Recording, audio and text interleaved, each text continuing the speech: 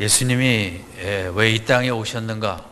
여러 가지로 이유가 많이 있고 생각할 수 있지만, 특별히 오늘 읽은 말씀에서 생각하면 16절에 우리가 생각할 수 있는 단어가 있습니다. 16절 같이 읽겠습니다. 시작.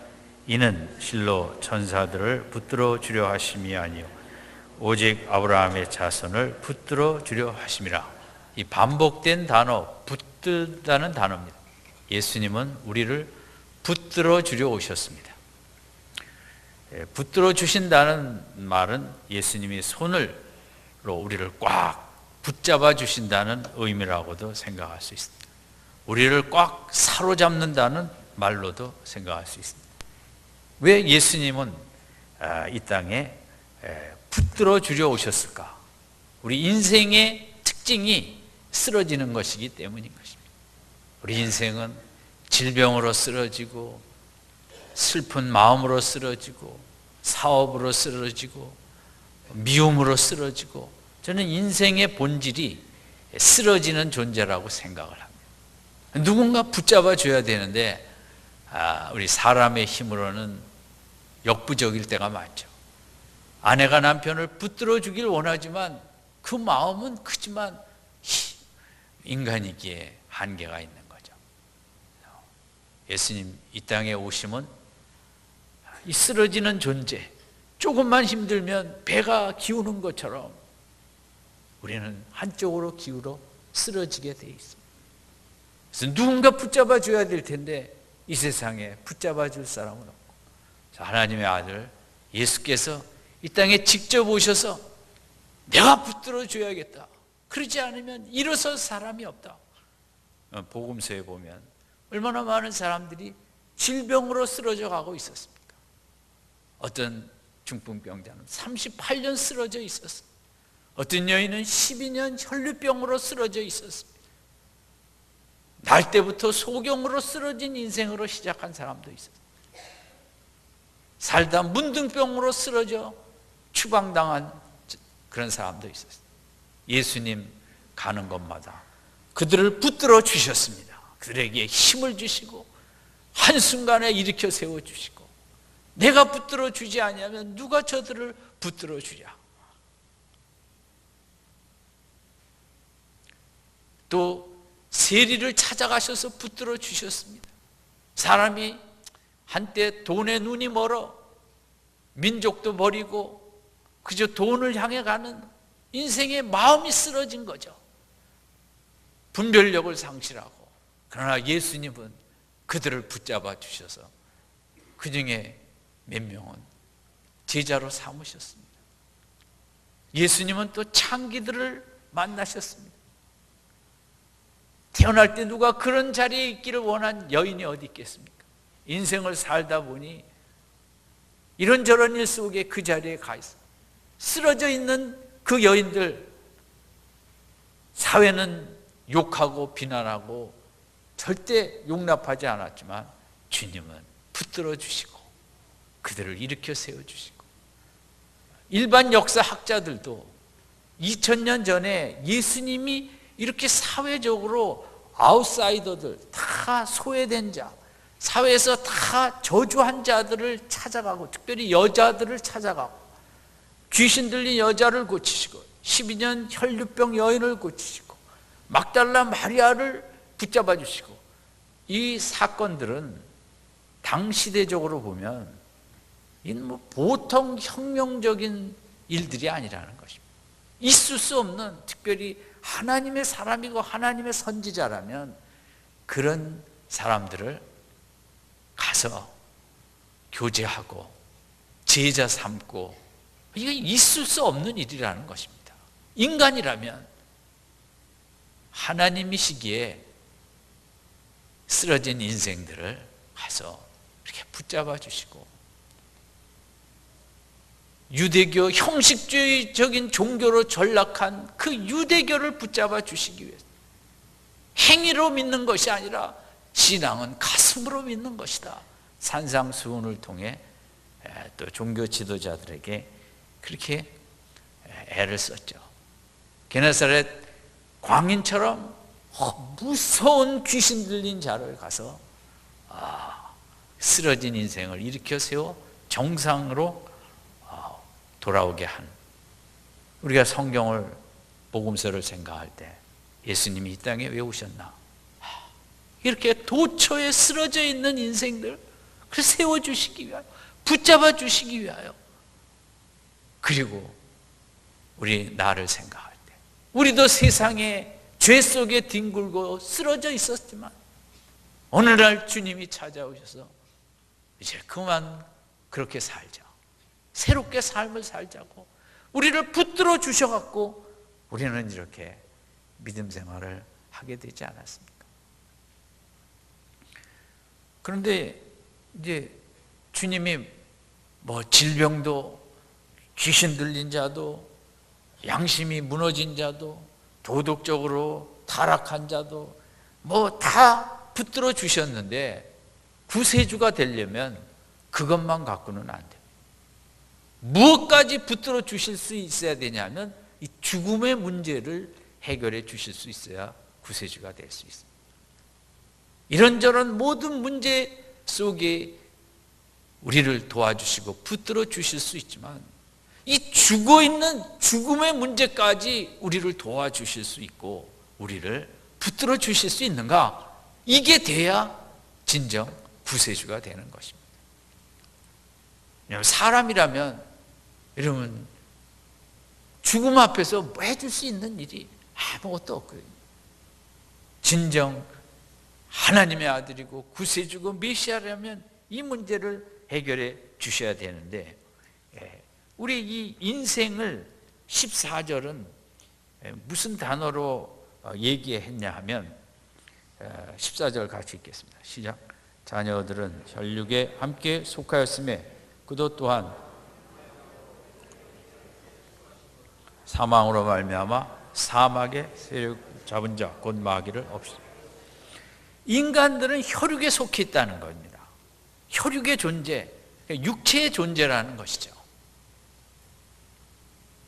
그래서 예수님도 육체로 오셨는데 이 육체의 존재는 죽음을 피할 수가 없는 것입니다. 정말 한순간에 죽음 앞에 꼼짝 못하는 게 이 혈육을 가진 존재의 본성인 것입니다.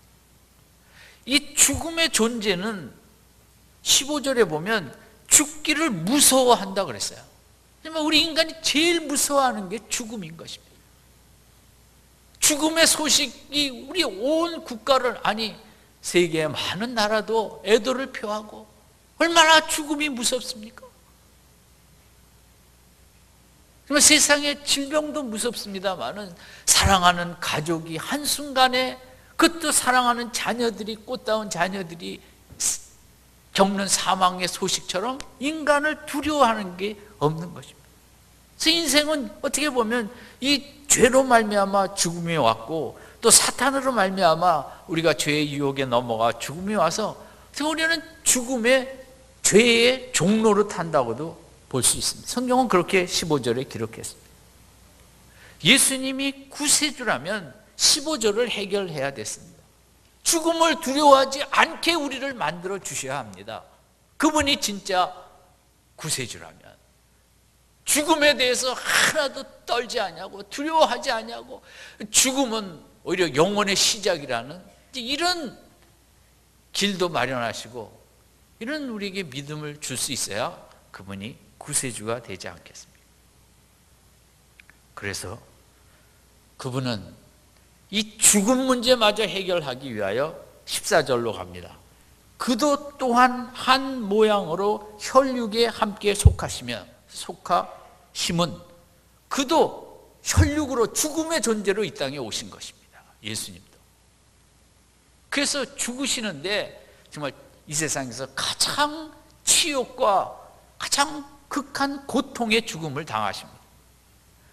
모든 혈육의 인생들이 안타까운 죽음을 체험하는데 예수님은 그 중에서도 가장 극한 죽음을 체험하게 된 것입니다.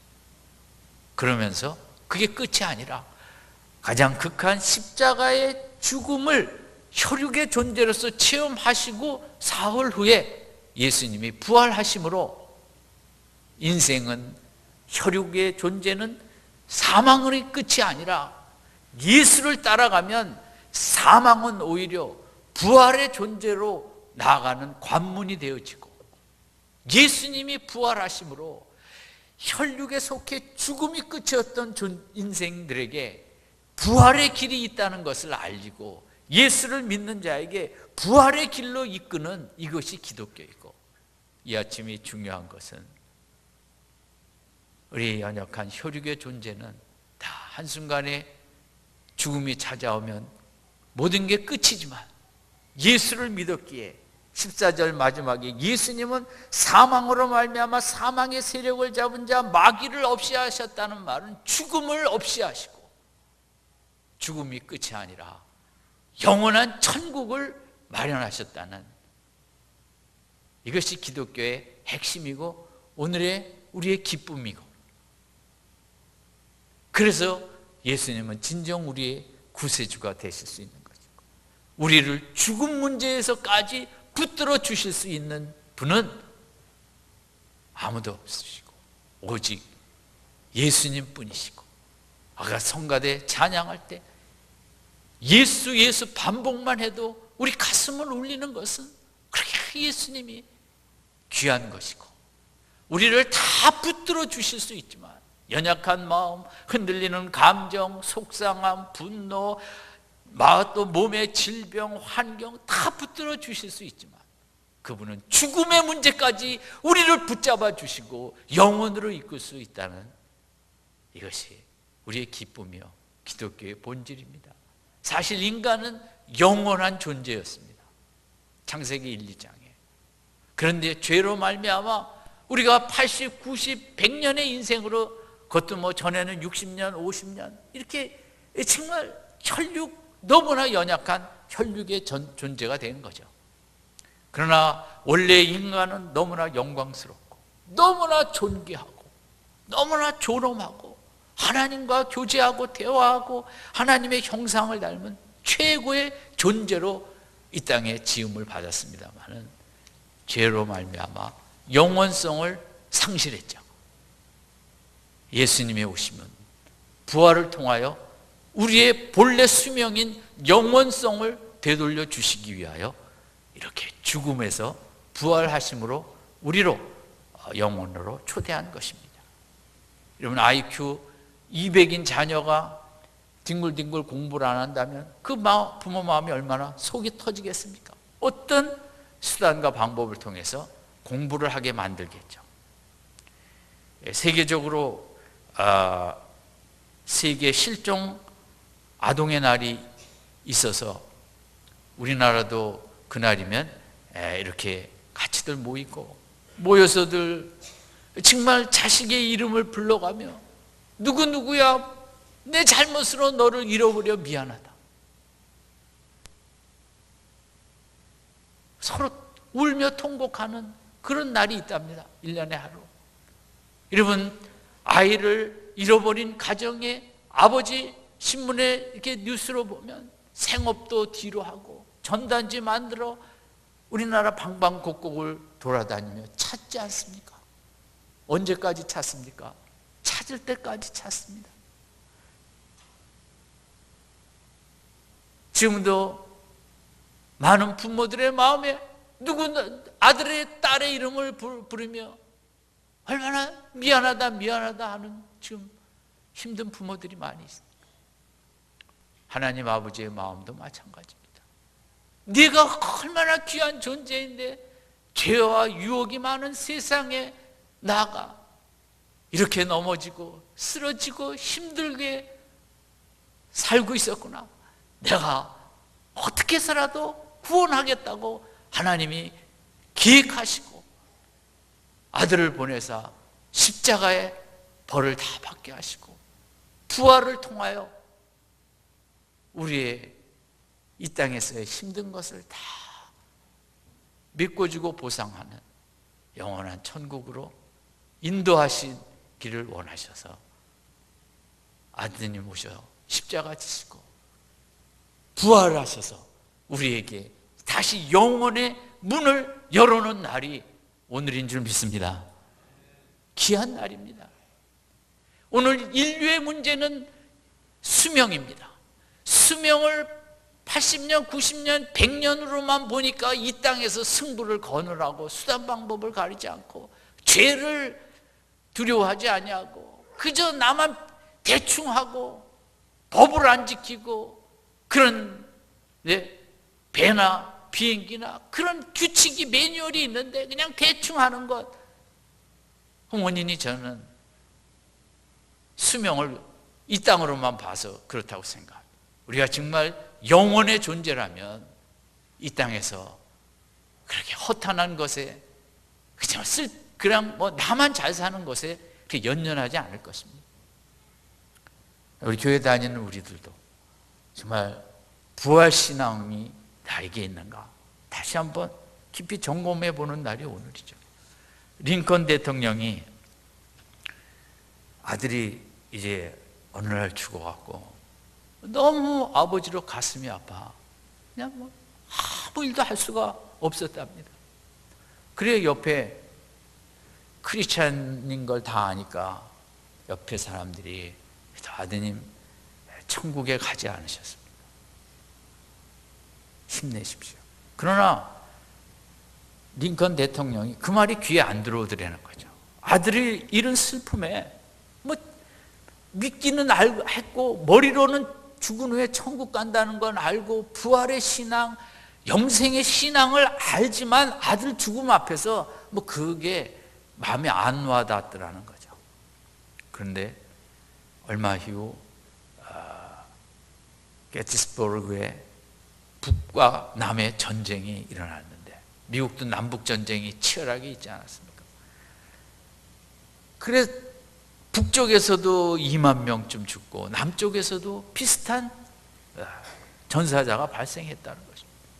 링컨이 갔을 때 여러분 20대의 그 꽃다운 젊은 이들이 2만 명이 시체로 나뒹구는 모습을 보고 이게 북쪽만 그런 게 아니라 남쪽도 그 2만여 명의 다 20대 전후의 젊은이들 아닙니까? 4만여 명의 젊은이들의 그 죽음을 보고 링컨이 이번에는 정말 아들의 죽음을 떠나서 정신을 못 차리겠다는 거죠. 인생이 뭐냐? 이데올로기가 뭐고 우리가 남북전쟁 우리도 6.25처럼 아니 아직도 북쪽은 우리로에게 전쟁을 하려고 하잖아요.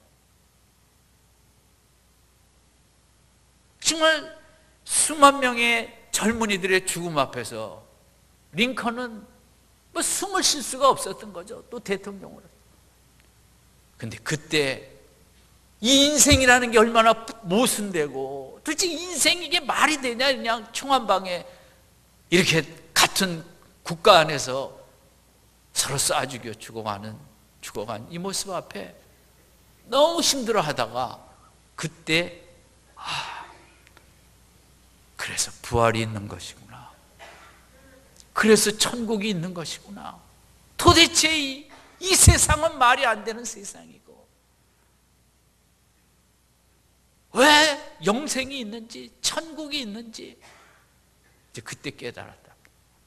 저는 이번 주 우리가 겪고 있는 이 사건이 너무 힘들고 어렵지만 그러나 우리 크리스찬들은 이런 가운데 이런 어처구니 없는 적은 실수가 이렇게 엄청난 고통을 주는 이런 인생 앞에 그뿐만이겠습니까? 뭐 얼마 전에 대학생들이 그냥 부실하게 진 무쇠가 천장이 무너져 무너지고 인생이 뭡니까? 그저 욕심 때문에 이런 속에 이래서 부활이 있구나. 이래서 천국이 있구나. 이래서 영생을 주시는구나. 이 땅의 인생이 말이 되지 않게 설명이 안 되기에 힘든 가운데서도 부활신앙으로 굳게 서시는 성도님들 되시기 바랍니다. 미국의 9.11 사태 때 그 모건 스탠리의 안전 책임자인 리스콜라라는 사람이 있었답니다. 근데 이 모건 스탠리가 세계적인 금융회사 아닙니까? 직원이 뭐 몇천 명인데 이 사람이 해마다 그렇게 도피 훈련을 시켰다는 것입니다. 대피 훈련을.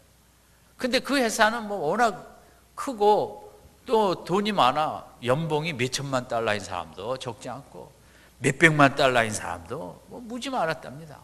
그런데 그 20층에서 이 사람이 그냥 자꾸 대피 훈련을 시키니까 있지도 않을 것 같은 층계로 걸어 내려가는 막 비상이다 하면 뭐 여러 층계로 그냥 쏜살같이 내려가는 훈련을 자꾸 시켰답니다. 그래서 그냥 그 연봉 많이 받는 사람들이 그냥 너무 미워갖고 막 투덜투덜대고, 이 친구가 이게 뭐 일어나지도 않은 일 같고, 그때마다 이 사람은 연봉이 중요합니까? 생명이 중요합니까? 훈련하셔야 됩니다. 그래갖고 그렇게 했대요. 근데 정말 어느 날 9.11 날 비행기가 북쪽 빌딩을 치는 걸 보고 그냥 즉각 대피 명령을 내려갔고, 이 20층에서 모건 스탠리의 2687명은 한 명도 안 다치고 다 나왔다는 것입니다. 이 회사만. 왜 그랬습니까? 평소에 대피 훈련을 했던 것입니다.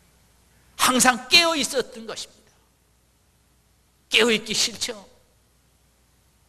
귀찮죠? 기도하자면 귀찮죠? 그러면 안 되는 거예요. 우리가 믿음으로 이 재난과 사고가 많은 시대에 깨어 있어야 되는 거죠. 말씀 붙잡고 기도하고 교회 나와 기도회마다 나와 기도하고. 그런데 이분은 한 사람이더라도 더 남아있나 올라갔다가 끝내 이제 시신도 못 본 채 죽었다는 것입니다. 다 구하고 도피시키고, 어떻게 보면 참 예수님 같은 분이라 생각합니다. 예수님이 이 땅에 오셔서 우리에게 깨어있는 믿음을 주시고, 예수를 나를 붙잡고 오면 어떤 일이 와서도 내가 붙들어주고, 죽음이 너에게 와도 내가 너를 붙들어 주겠다고 말씀 따라 나가는. 그러면 성경 말씀은 우리 구원의 매뉴얼입니다. 이번 사건도 매뉴얼이 없지 않습니까? 있는지 없는지. 저도 부산에서 한번 일본 갈 때 배 타고, 큰 배 같은데 타고 왔는데 뭐 그런 얘기는 한 번도 못 들은 것 같아요. 그냥 배 타면 끝이고. 근데 제가 작년에 미국에서 정말 큰 배를 타게 됐습니다. 근데 출발하기 전에 대피 훈련을 한다고 모든 사람이 거기서 신속히 나와 이제 갑판에가 서 있는 것입니다. 근데 이게 뭐 한 30분 더 걸려요. 그러니까 저도 속으로 얼마나 그 꿍얼꿍얼 됐겠습니까? 뭐야 이게 뭐. 그 정말 모든 사람들이 비상 신호가 오면 무조건 갑판에가 서 있는 것입니다. 뭐 아무것도 하는 게 없어. 근데 갑판에 서 있는 거죠. 그러면 이제 거기서 뭐 구명조끼를 주는. 근데 저는 그 끝나고도 그 의미를 몰랐습니다. 왜 가서 서 있다가 왔는지. 그런데 이번 사건을 보니까 그럼 그 매뉴얼이 철저하게 있어서 비상이다 하면 무조건 갑판으로 나가 있어야 되는 건데, 뭐 이것도 없고 저것도 없고. 그러면 우리가 주님의 말씀 잘, 진리의 매뉴얼 잘 따라가고 주님 붙잡고 진짜 믿음으로 날마다 나아가다 언제 어떻게 될지 모르는 이 인생길이 아닙니까? 누가 나의 내일을 장담할 수 있겠습니까? 그런 모순과 비이성적인 인생길을 걸어갈 때, 그러나 나를 죽음에서도 붙들어 주실 예수님이 있기에 그분 꼭 잡고 그분 말씀 따라가고 깨어서 열심히 기도하다. 여러분, 우리는 무슨 일을 당하든지 천국에서 눈뜨는 우리 귀한 성도님들 되시기를 주님의 이름으로 축원드립니다. 기도하겠습니다.